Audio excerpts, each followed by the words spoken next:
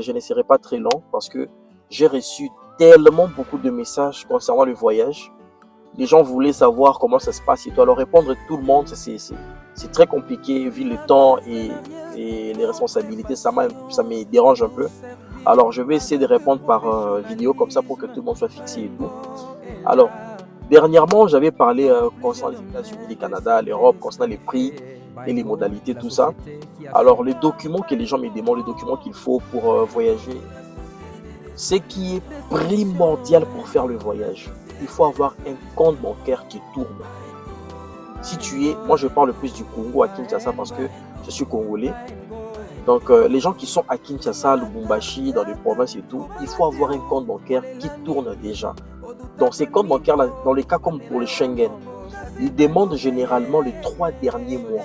Supposons que tu as un compte bancaire qui a déjà 1 an d'existence ou 6 mois d'existence, ces comptes-là doivent tourner. Tourner comment? Ça doit avoir des entrées-sorties. Donc tu fais entrer ton argent, tu utilises avec la carte, tu payes peut-être la nourriture avec la carte, tu peux faire sortir ton argent, des trucs. Donc ça doit tourner, ça doit exister. L'ambassade demande juste les 3 derniers mois. Supposons que tu as ouvert ton compte il y a 6 mois passé ou il y a 1 an passé. Nous sommes par exemple au mois de mai. On va te demander les 3 derniers mois. Ça veut dire février, mars, avril. Si tu vas introduire tes dossiers au mois de mai, voilà les documents qu'on va te demander dans les 3 derniers mois du compte bancaire. Et dans les comptes bancaires, si tu voyages seul, minimum dans les comptes, tu dois avoir 8 000 à 15 000 dollars pour le Schengen. Et maintenant, ce qui complète le compte bancaire, tu dois avoir le document du véhicule, personnel tout comme transport, tu dois avoir un casier judiciaire, tu dois avoir les documents du travail, tu dois avoir la réservation d'hôtel et la réservation du billet, tu dois avoir aussi l'assurance. Donc, si vous ne voulez pas que l'agence des voyages puisse vous venir en aide, voilà les documents qu'il faut pour introduire et que tu prends ton rendez-vous, tu pars, tu fais ton interview, tu auras ton visa. Il suffit juste que les comptes soient réels et vérifiables par l'ambassade. Alors, pour le Canada et les États-Unis, on demande généralement les 6 derniers mois. Et minimum dans les comptes, si vous voyagez seul pour les vacances, peut-être vous pouvez aller faire 2 semaines, 3 semaines aux États-Unis comme au Canada, il faut avoir, généralement, je recommande aux gens, entre 15 000 dollars à 20 000 dollars dans ton compte.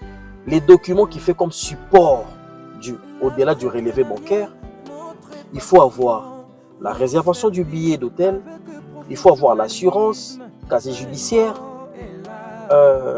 l'assurance aussi, fiche parcellaire, congé de travail. Si tu es commerçant, tu dois avoir les RCCM, identification nationale, et tu fais ta demande du rendez-vous. Tu pars, tu payes ton visa et tu voyages. Si vous ne voulez pas visiter les agences de voyage. Mais moi, généralement, je conseille les gens de visiter les agences de voyage. Pourquoi? Pour la composition de vos dossiers. Les frais pour l'assistance visa, généralement, ces frais est payé après l'obtention du visa. Si tu n'as pas encore eu ton visa, ces frais-là ne seront pas payés. Alors, si par exemple que l'ambassade refuse de t'octroyer ton visa, tu n'as rien à donner à l'agence de voyage et l'agence n'a rien à te donner. Généralement, ça se fait comme ça. Alors, les gens qui me posent des questions, maintenant, s'il n'y a pas les 8 000 dollars sur de compte, tu mets 15 000 ou 20 000, alors la solution est simple. Visitez les cambistes. Partez chez les cambistes, vous leur dites que non, moi dans mon compte, je n'ai que 100 dollars.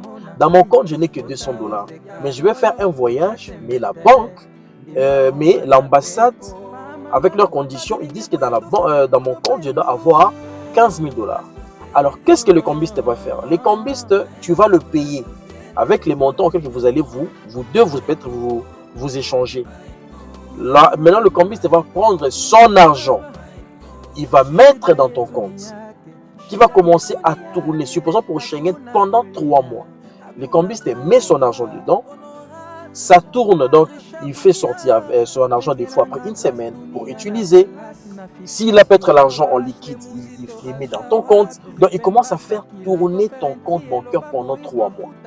Quand les 3 mois s'épuisent, et puis toi tu pars à la banque, tu vas faire sortir les relevés de ces 3 derniers mois. Plus facile. soit le cas du Canada et puis des États-Unis, c'est comme ça que ça fonctionne. Donc, si vous n'avez pas l'argent dans vos comptes, visitez les Combist. C'est très simple. Pour plus de précision, alors n'hésitez pas à m'écrire en inbox. Je vais essayer de vous préciser pour d'autres réalités. Si peut-être quelqu'un a besoin de savoir encore plus concernant le voyage, concernant la réalité du voyage et puis l'évolution de son dossier, je serai disponible pour essayer de vous en parler un peu plus. Alors, merci beaucoup, que Dieu vous bénisse.